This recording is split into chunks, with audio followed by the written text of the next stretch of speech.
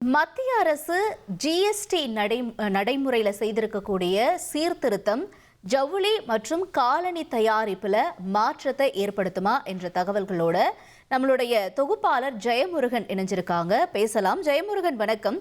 இப்ப இந்த ஜிஎஸ்டி சீர்திருத்தத்தினால அடுத்தபடியா ஆடைகளுடைய விலை குறையுமா, காலணிகளுடைய விலை குறையுமா, இதனுடைய மாற்றங்கள் எவ்வாறாக இருக்கும்? உங்களுடைய தகவல்கள் என்ன?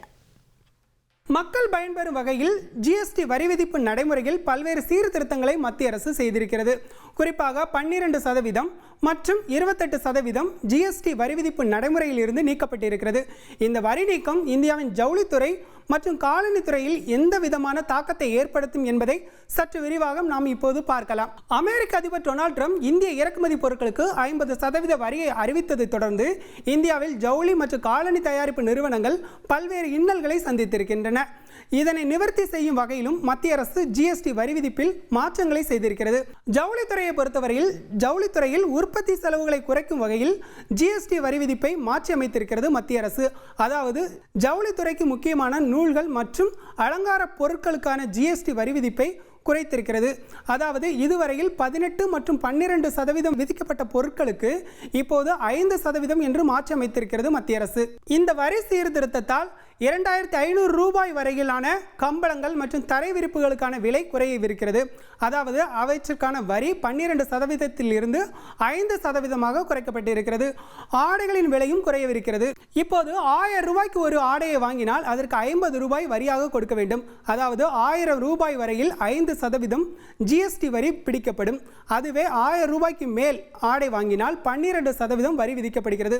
அதாவது 2500 ரூபாய்க்கு ஒரு ஆடையை நீங்கள் வாங்கினால் அதற்கு 300 ரூபாயை நீங்கள் வரியாக செலுத்த வேண்டும். இந்த முறையை மத்திய அரசு மாற்றி அமைத்திருக்கிறது.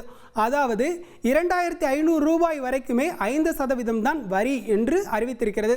இதனால் நம்மளுடைய சேமிப்பு என்பது 175 ரூபாயாக இருக்கிறது.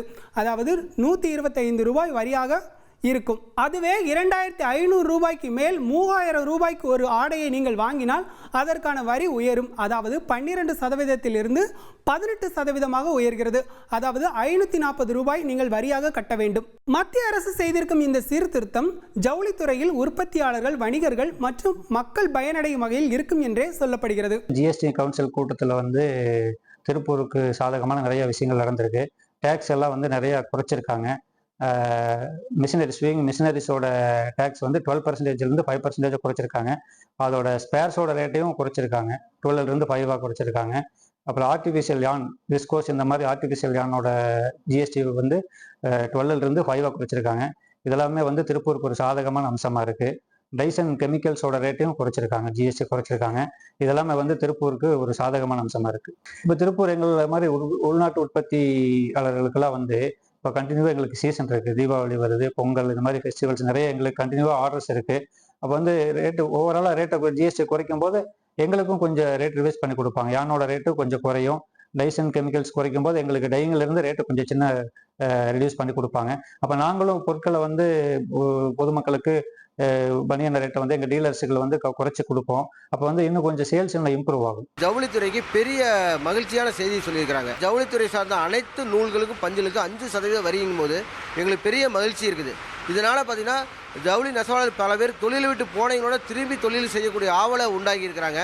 ஏன்னா இப்போ 12% நாங்கள் ரயான் நூலுக்கு டேக்ஸ் கட்டி 5% விற்பனை பண்ணிட்டு மீதி 7% ரீஃபண்ட் வாங்குறது பார்த்தீங்கன்னா ரொம்ப சிரமப்பட்டு 3 to 4 மாதம் கழிச்சு தான் வாங்கினோம். தற்போது பஞ்சுக்கு 5%, நூலுக்கு 5%, துணிக்கு 5% பார்த்தீங்கன்னா எங்களுக்கு அந்த ரீஃபண்ட் பிரச்சனையும் கிடையாது. இதேபோல் காலணி தயாரிப்பையும் மேம்படுத்த மத்திய அரசு வரி சீர்திருத்தத்தை அறிவித்திருக்கிறது. அதாவது இதுவரையில் நீங்கள் 1000 ரூபாய்க்கு ஒரு காலணியை வாங்கினால் அதற்கு 50 ரூபாய் வரியாக செலுத்த வேண்டும். அதாவது 1000 ரூபாய் வரையிலான காலணிக்கு 5% ஜிஎஸ்டி வரியாக பிடிக்கப்படும். இந்த 1000 என்பது இப்போது 2500 மாற்றப்பட்டிருக்கிறது. அதாவது 2500 ரூபாய் வரையிலான காலணியை வாங்குவதற்கு 5% மட்டுமே ஜிஎஸ்டி வரி பிடிக்கப்படும் என்று தெரிவிக்கப்பட்டிருக்கிறது. 1000 ரூபாய்க்கு மேல் 2500 ரூபாய் வரையில் ஒரு காலணியை நாம் வாங்கினால் அதற்கு 12% ஜிஎஸ்டி வரியாக பிடிக்கப்பட்டது. அதாவது நம்மளிடமிருந்து 300 ரூபாய் வரியாக பிடிக்கப்பட்டது. இப்போது 2500 ரூபாய் வரையிலான ஒரு காலணிக்கு ஜிஎஸ்டி வரி 5% என அறிவிக்கப்பட்டிருக்கிறது. அதாவது 175 ரூபாய் வரி சேமிப்பை நமக்கு கிடைக்கிறது. மத்திய அரசு செய்திருக்கும் இந்த வரி சீர்திருத்தம் நாட்டின் உள்நாட்டு உற்பத்தியை அதிகரிக்கவும் மக்களின் வாங்கும் திறனை அதிகரிக்கவும் உதவியாக இருக்கும் என்றே எதிர்பார்க்கப்படுகிறது. இனி செல்லும் இடமெல்லாம் செய்தி. தந்தி டிவியின் வாட்ஸ்அப் சேனலை ஃபாலோ பண்ணினா செல்ல இருக்கும் இடமெல்லாம் செய்தி. இதோ QR கோட் இப்பவே ஸ்கேன் பண்ணுங்க, ஃபாலோ பண்ணுங்க.